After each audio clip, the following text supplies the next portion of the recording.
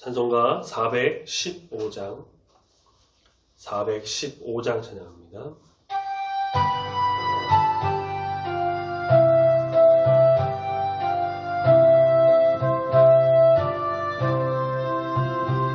십자가 그늘 아래 나 쉬기 원하네.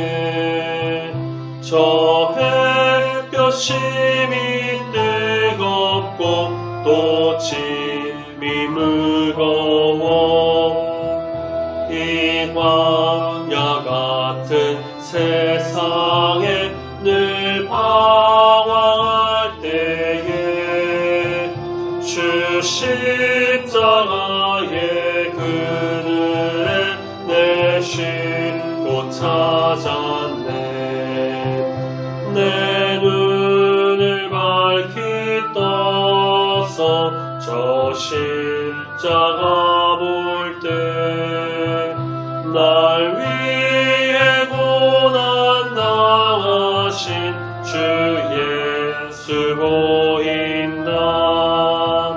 그 영상 볼 때 내 맘에 큰 찔림 받아서 그 사랑 감당 못하여 눈물만 흘리네. 십자가 그늘에서 나 길이 살겠네. 나 사모하는 광채는 주 얼굴뿐이라. 이 세상 나를 버려도 나 두려움 없네. 내 한량 없는 영광은 십자가뿐이라.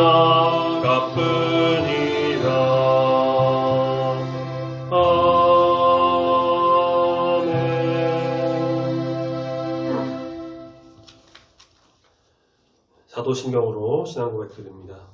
전능하사 천지를 만드신 하나님 아버지를 내가 믿사오며 그 외아들 우리 주 예수 그리스도를 믿사오니 이는 성령으로 잉태하사 동정녀 마리아에게 나시고 본디오 빌라도에게 고난을 받으사 십자가에 못 박혀 죽으시고 장사한 지 사흘 만에 죽은 자 가운데서 다시 살아나시며 하늘에 오르사 전능하신 하나님 우편에 앉아 계시다가 저리로서 산자와 죽은 자를 심판하러 오시리라. 성령을 믿사오며 거룩한 공회와 성도가 서로 교통하는 것과 죄를 사하여 주시는 것과 몸이 다시 사는 것과 영원히 사는 것을 믿사옵나이다. 아멘. 하나님 말씀 사사기 구약성경 사사기 1장 1절부터 10절 말씀을 같이 보겠습니다.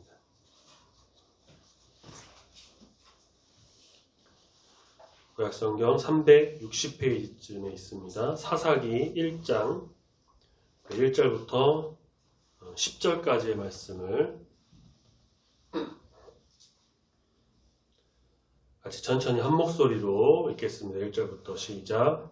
여호수아가 죽은 후에 이스라엘 자손이 여호와께 여쭈어 이르되 우리 가운데 누가 먼저 올라가서 가나안 족속과 싸우리이까. 여호와께서 이르시되 유다가 올라갈지니라. 보라, 내가 이 땅을 그의 손에 넘겨 주었노라 하시니라. 유다가 그의 형제 시므온에게 이르되 내가 제비 뽑아 얻은 땅에 나와 함께 올라가서 가나안 족속과 싸우자. 그리하면 나도 내가 제비 뽑아 얻은 땅에 함께 가리라 하니 이에 시므온이 그와 함께 가니라. 유다가 올라가매 여호와께서 가나안 족속과 브리스 족속을 그들의 손에 넘겨주시니 그들이 베색에서 10,000명을 죽이고 또 베색에서 아도니 베색을 만나 그와 싸워서 가나안 족속과 브리스 족속을 죽이니 아도니 베색이 도망하는지라. 그를 쫓아가서 잡아 그의 엄지손가락과 엄지발가락을 자르매 아도니 베색이 이르되 옛적에 70명의 왕들이 그들의 엄지손가락과 엄지발가락이 잘리고 내 상 아래에서 먹을 것을 줍더니 하나님이 내가 행한 대로 내게 갚으심이로다 하니라. 무리가 그를 끌고 예루살렘에 이르렀더니 그가 거기서 죽었더라. 유다 자손이 예루살렘을 쳐서 점령하여 칼날로 치고 그 성을 불살랐으며 그 후에 유다 자손이 내려가서 산지와 남방과 평지에 거주하는 가나안 족속과 싸웠고 유다가 또 가서 헤브론에 거주하는 가나안 족속을 쳐서 세세와 아히만과 달메를 죽였더라. 헤브론의 본 이름은 기럇 아르바였더라. 아멘.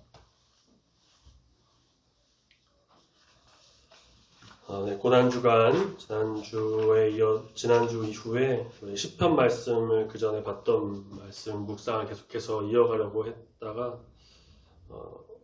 이제 말씀을 좀 보고 몇몇 책도 좀 보다가 사사기 말씀을 좀 같이 수요예배 시간에 묵상하고자 하여서 오늘부터는 사사기 말씀을 이제 또 한 1장부터 쭉 같이 보고자 합니다. 나중에 시편은 기회가 되면 또 보도록 하고요.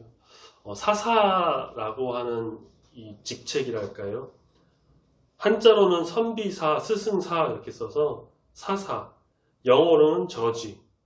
히브리어 원어의 의미도 재판관이라는 뜻이 있습니다. 이들은 왕이 없던 이 시기에 이스라엘 백성을 다스릴 지도자이자 재판관으로서의 역할을 담당했는데 그보다 더 주된 역할이 있었으니 그것은 구원자였어요. 본격적으로 사사가 등장하는 말씀, 이제 사사기 3장부터 사사가 이제 등장을 하는 거고요. 사사기 1장부터 2장은 그 사사기 시대의 어떤 시대적 배경을 좀 설명하고 있는 말씀입니다. 1장 1절에 보니까 여호수아가 죽은 후의 일인 것이죠.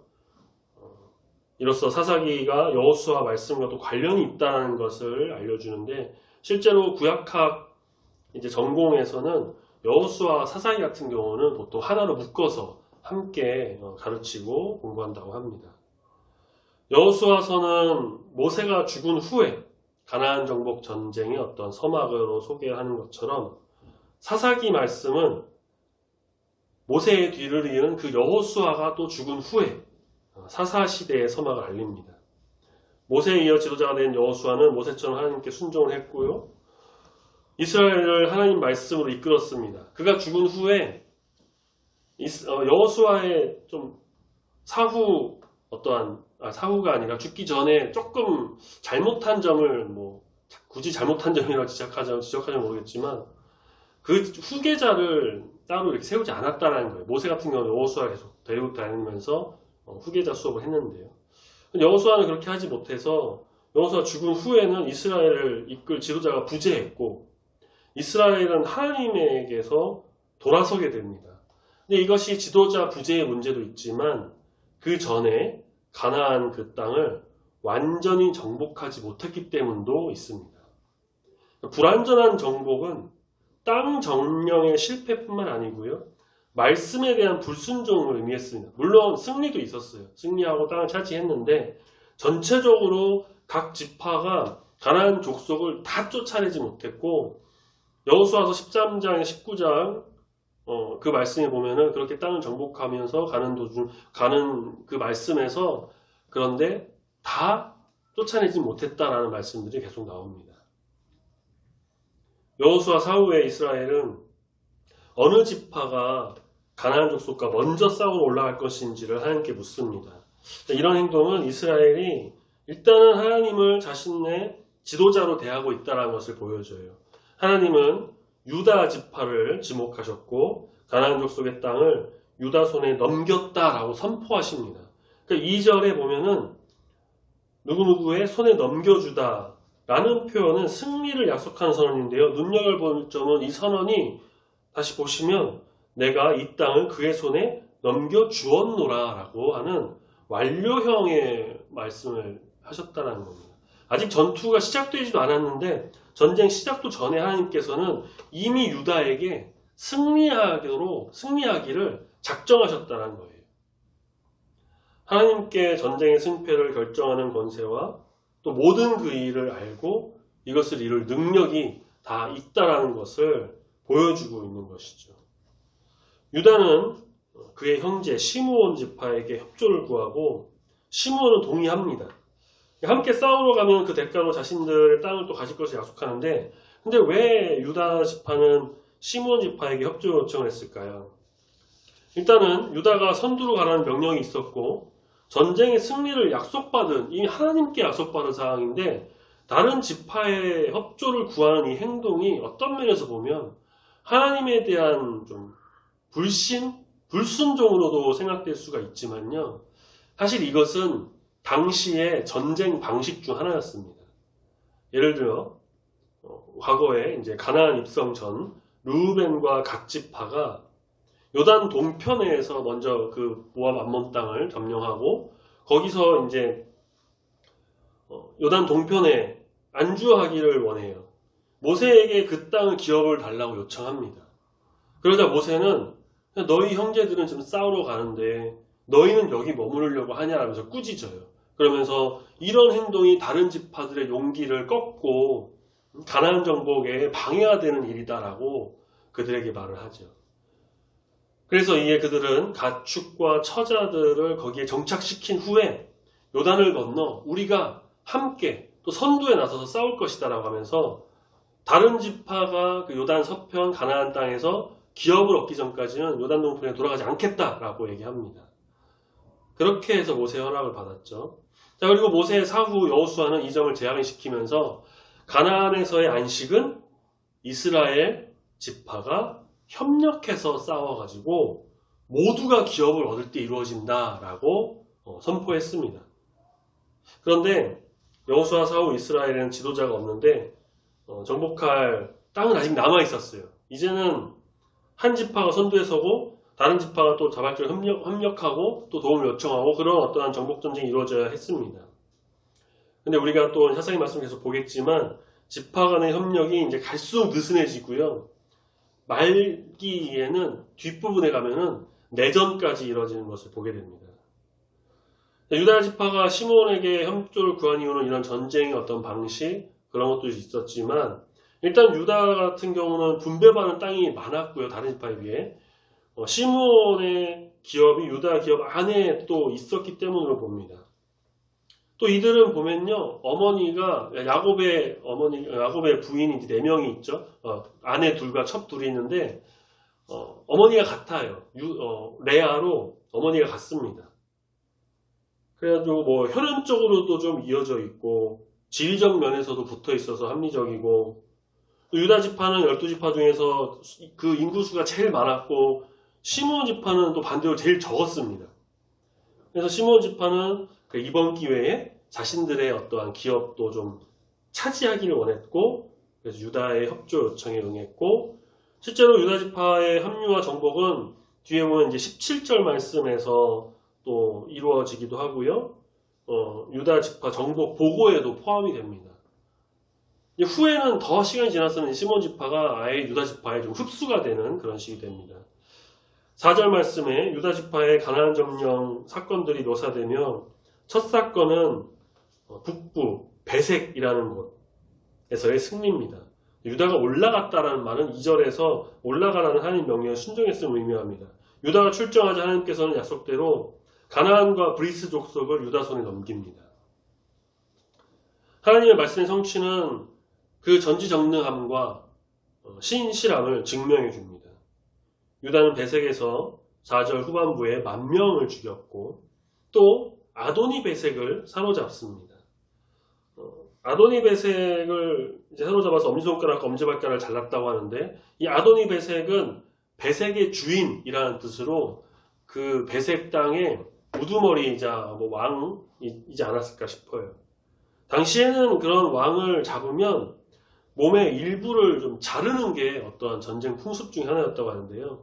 이것은 그가 전쟁에서 지금 패배자인 것을 드러내거나 수치심을 주고 또 왕으로서 활동을 잘하지 못하도록 발가락 잘라서 말 잘 못 뛰어서 전쟁도 잘 못하도록 하는 것이 목적이었다고 합니다.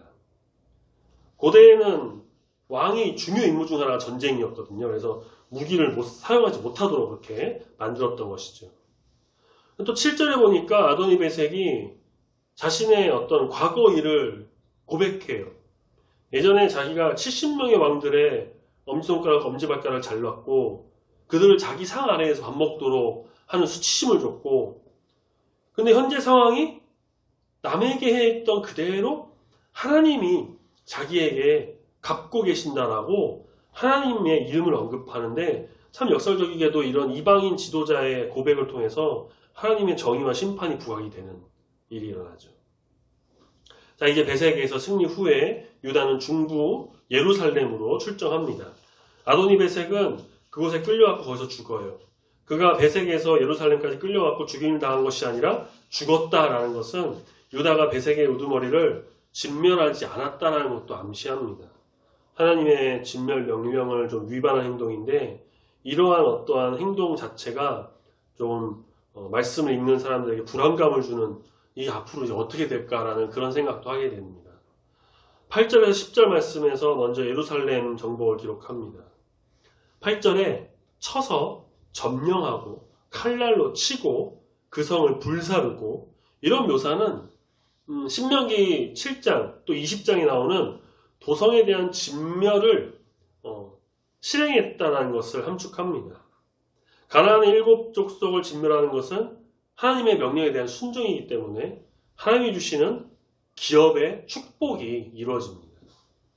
예루살렘에서 이방 족속을 몰아낸 것은 다윗 때에 가서나 돼요. 예루살렘 정복 후에 이제 유다는 예루살렘 또 남부로 내려가서요, 유다 산지 그쪽에 승리를 이루는데 먼저 헤브론을 쳤습니다. 당시 헤브론은 이제 갈렙, 여호수아 말씀에 보면 여호수아가 또 이 산지를 내게 주소서라고 하면서 여호수아에게 말하는데, 그때 갈렙이 헤브론 땅을 차지했다고 하는데, 갈렙이 기업을 받은 땅이었는데 이 말씀이 좀 여호수아 말씀과 좀 중복이 겹치는 부분이 있거든요. 이제 그 갈렙이 나오는 부분도 있는데 아직 정복되지 않았어요. 헤브론 성의 본래 이름은 뭐냐면 기럇 아르바. 아르바의 성읍이라는 의미로, 아르바는 아낙인들 중에 가장 유명한 용사였다고 합니다. 그러니까 이 지역 성읍들은 크고 견고했고 여기 아낙인들은 살고 있는데 정복하는 것이 굉장히 만만치 않았고, 하지만 갈렙은 하나님이 가나안 땅을 그와 후손에게 주실 것이라는 약속과 하나님이 또 함께 하신다는 것을 신뢰했습니다. 하나님 또한 약속대로 갈렙으로 헤브론을 차지하게 하셨고요. 이처럼 하나님의 어떤 약속의 성취는 갈렙과 같은 어떤 순전한 믿음과 또 그 실행 속에서 하나님의 능력과 은혜로 이루어집니다. 유다 지파는 당시 아낙 자손인 세세, 아히만, 달메 등을 죽였고, 20절에 가면 이들을 쫓아낸 자가 20절에 이제 갈렙이었다라고 이제 나와요. 이런 믿음과 실천이 뛰어났던 갈렙이 또 놀랍게도 이방인 출신이었죠. 이렇게 사사기 말씀을 이제 몇 주가 될지는 몇 달, 저번에 마태복음 같은 경우는 제가 기억하기로 한 2년 정도 계속 쭉 봤던 것 같은데, 사사기 말씀도 얼마나 갈지는 모르겠지만 이 말씀을 묵상하면서 그 안에서 말씀하시는 우리 하나님의 뜻을 계속해서 우리가 보고자 합니다. 사사기는 여호수아 말씀에서 이어지는 말씀으로 읽다 보면 꽤나 흥미진진한 이야기를 담고 있어요. 앞으로 보게 될 내용에서는 12명의 사사가 이제 나오고, 그 중에 우리가 또 잘 아는 기드온 300명 용사라든가 삼손도 있고요. 그런데 많은 분이 이 사사기 말씀을 좀 어둡고 죄가 많고 어떤 면에서는 너무 우울하고 막 설명하고 적용하기도 좀 힘들다, 그런 이야기를 하곤 합니다. 몇몇 구약학자들은 말하기를 이 사사기 시대를 구약의 암흑시대다라고까지 이야기해요. 말씀 이후에 또 보겠지만 이스라엘은 하나님을 떠나서 우상을 섬기는 죄를 범했고요. 그래서 이 하나님께서는 이방 나라를 보내셔서 그들을 벌하고 징계하십니다. 그들의 지배를 받는 고통을 받게 해요.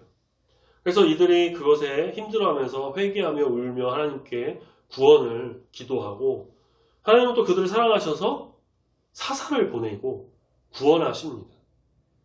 사사가 이스라엘 통치하는 동안 몇 년이 됐든 40년, 80년 그렇게 통치하는 동안에는 평화의 날을 지내요. 그런데 사사가 죽으면 어떻게 되냐? 다시 하나님을 버리고 우상을 섬기는, 또 죄를 짓는 이런 일의 반복이 이 12명의 사사가 나오는 동안 계속 이어지고, 이 시간이 무려 400년. 400년 동안 계속 똑같은 죄를 짓고 반복하는, 그래서 사사기를 구약의 암흑시대다라고 부르기도 합니다. 그런데 우리가 잘 생각해 보면요, 지금 이렇게 불이 켜져 있는 우리 교회 안에 만약에 촛불 하나를 제가 여기다가 딱 켰다 한다면 그 촛불의 밝기가 잘 느껴질까요? 이렇게 환하고 밝은데 그 작은 촛불 하나 불 붙여도 별로 티 안 납니다. 그냥 보일 뿐이에요. 그런데 만약에 지금 우리 교회 안에 불을 다 끄고 하나도 없이 어두컴컴하게 한 상태에서 촛불 하나를 여기다가 제가 딱 켰다고 한다면 어떻게 될까요? 아무 빛도 없는 어두컴컴한 교회 안에서 그 촛불 하나로 인해서 교회 전체가 밝아질 겁니다. 물론 지금 이렇게 형광등처럼만큼의 빛은 아니지만 아무것도 없는, 빛이 아무것도 없는 곳에서 촛불 하나도 굉장히 밝게 보인다는 것을 우리는 보게 돼요. 어두울수록 빛이 더 밝게 비춰지는 것이죠. 사사기 말씀이 바로 그렇습니다. 400년 동안 끊임없이 죄가 이어지고 반복되고 정신 못 차리는 그런 이스라엘이지만, 그래서 구약의 암흑시대라고 불리기도 하지만, 그 암흑 속에서 하나님이라고 하는 그 구원의 빛, 그 사랑의 빛, 은혜의 빛이 강하게 임해가지고 어떤 말씀에서보다 밝은 하나님의 은혜를 경험할 수가 있게 될 것입니다. 그 어떤 말씀보다도 놀랍고 크신 하나님의 은총과 구원의 역사, 그 사랑을 느낄 수가 있고, 결코 자기 백성을 버리지 않으려 하시는 그 하나님의 놀라운 뜻을 우리가 말씀을 통해 알게 될 것입니다. 특히 오늘 우리가 본 말씀에서는 이렇게 전쟁을 또 주관하시고 승리를 이끌어 주시는, 승리를 주시는 하나님께서 또 자기 백성과 함께 하시는, 약속대로 주신다고 하신 그 땅을 정말 신실함으로 순종하면 주시는 그 약속의 하나님, 그 하나님을 우리가 또 보게 되죠. 우리가 모든 말씀에서 사실은 하나님의 은혜와 사랑의 빛을 다 보게 되지만, 도저히 하나님의 은혜가 여기는 없을 것 같은데, 그런 암흑과 같은 말씀 속에서 정말 한 줄기의 빛을 보게 된다면 그 빛은 다른 어떤 빛보다 훨씬 더 밝은 은혜의 빛이 될 것이다 라는 것을 우리가 사사기 말씀을 통해 보게 될 겁니다. 그래서 저는 사실 사사기 말씀을 참 재미있게 읽었고 좋아해요. 여호수아 말씀도 좋아합니다. 강하고 담대하라고 하신 하나님의 말씀과 전쟁에서 그렇게 계속 승리하게 하신 그 하나님을 여호수아 말씀에서 만나게 되고, 사사기에서는 막 힘들고 어렵고 막 죄도 막 엄청 짓고 막 계속 400년 동안 뺑뺑이 돌고 그랬지만 그 안에 정말 빛과 같은 은혜와 사랑으로 채워주시는 그 놀라운 말씀이 담겨져 있기 때문입니다. 우리가 이제 앞으로 사사기 말씀을 보게 될 텐데, 하나님의 놀라우신 은혜와 사랑, 정말 빛으로 임하시는 이 주님, 전쟁에서 또 승리하게 하시고 약속을 이루시고 말씀에 순종하는 자에게는 크신 뜻을 이루어주신다라는 그 깨달음이 우리가 말씀을 통해, 그 말씀의 진리를 통해 온전히 알아감으로 주님 안에 거하는 우리 모든 성도님들이 다 되시길 소망합니다. 아멘. 같이 찬양하겠습니다. 302장.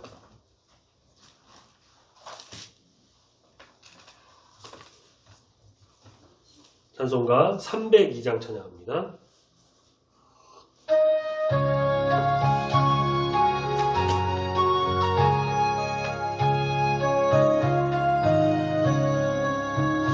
내 주 하나님, 넓고 큰 은혜는 저 큰 바다보다 깊다. 너고 밧줄을 끌어 깊은 데로 저 한가운데 가보라. 언덕을 떠나서 창파에 배 띄워 내 주 예수 은혜의 바 맘껏 저가라. 왜 너 인생은 언제나 거기서 저 큰 바다 물결 보고 그 빛 모르는 깊은 바닷속을 한번 헤아려 한보라. 언덕을 떠나서 창파에 배 띄워 내 주 예수 은혜의 바다로 내 맘껏 저가라. 많은 사람이 얕은 물가에서 저 큰 바다 가려다가 찰싹거리는 작은 파도 보고 마음 약하여 못 가네.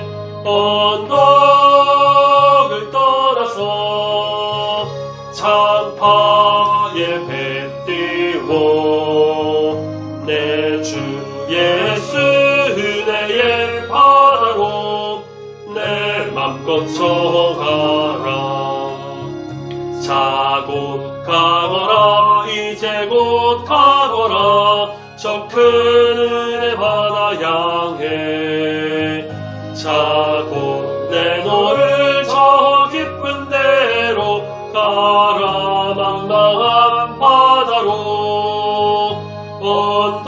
언덕을 떠나서 창파에 배 띄워 내 주 예수 은혜의 바다로 내 맘껏 저가라.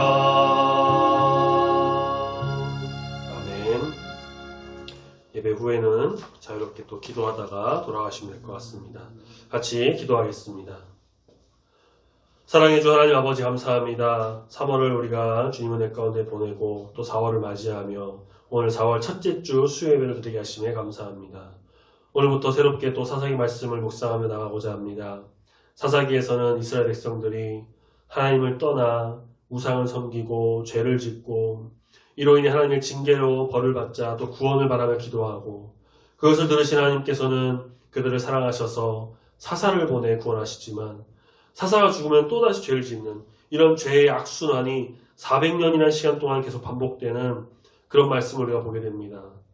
구약의 암흑시대라고도 불리지만 그 암흑 속에서 참빛으로 내려오시는 하나님의 그 크신 은혜와 사랑을 말씀을 통해 우리가 경험하기를 소망합니다.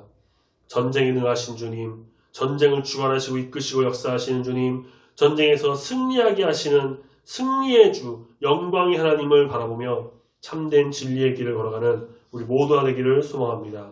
사사기 말씀을 통해 빛으로 임하시는 참된 주님의 뜻을 온전히 깨달아 알아가는 우리 모두가 되기를 소망합니다. 생각을 붙드시고 마음을 주장하시고 지혜를 더하여 주셔서 이 시간을 통해 주님이 주시는 놀라운 은혜를 경험하여 우리 삶 가운데도 주님께서 역사하시는 온전한 감사와 영광을 드리는 귀한 성도로서의 삶이 되도록 함께하여 주시옵소서. 주님만 바라보는 귀한 삶 되기를 소망합니다. 감사드리며 거룩하신 예수님의 이름으로 기도드립니다. 아멘. 하늘에 계신 우리 아버지여, 이름이 거룩히 여김을 받으시오며 나라가 임하시오며 뜻이 하늘에서 이루어진 것 같이 땅에서도 이루어지이다. 오늘날 우리에게 일용할 양식을 주옵시고 우리가 우리에게 죄 지은 자를 사하여 준 것 같이 우리 죄를 사하여 주옵시고 우리를 시험에 들게 하지 마옵시고 다만 악에서 구하옵소서. 내게 나라와 권세와 영광이 아버지께 영원히 있사옵나이다. 아멘.